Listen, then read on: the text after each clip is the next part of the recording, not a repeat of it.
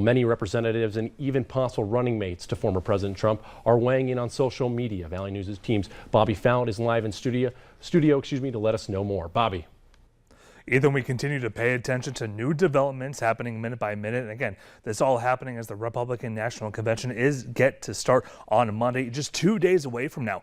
Now, the potential vice president candidates offering their condolences, which include J.D. Vance, Marco Rubio, and North Dakota Governor Doug Burgum.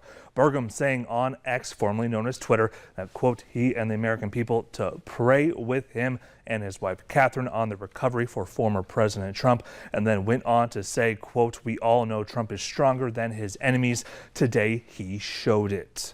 Now, and earlier tonight, North Dakota Senator Kevin Cramer weighing in on the shooting, saying, quote, Chris and I and our family are praying for President Trump and all victims of today's horrifying shooting. We are grateful to God that former President Trump is okay and mourn this senseless tragedy. It's time to unite in prayer for our nation. God bless our first responders and America.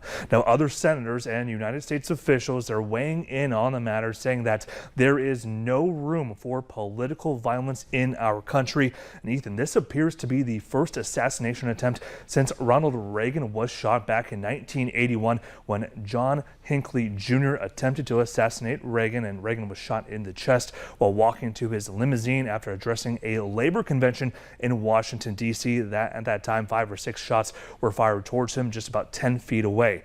Now, Ethan, what does this mean when it comes to security at the upcoming Republican National Convention in Milwaukee? Well, Valley News Live will have a team in Milwaukee, and we will provide news from there every day leading up to Trump's vice president announcement.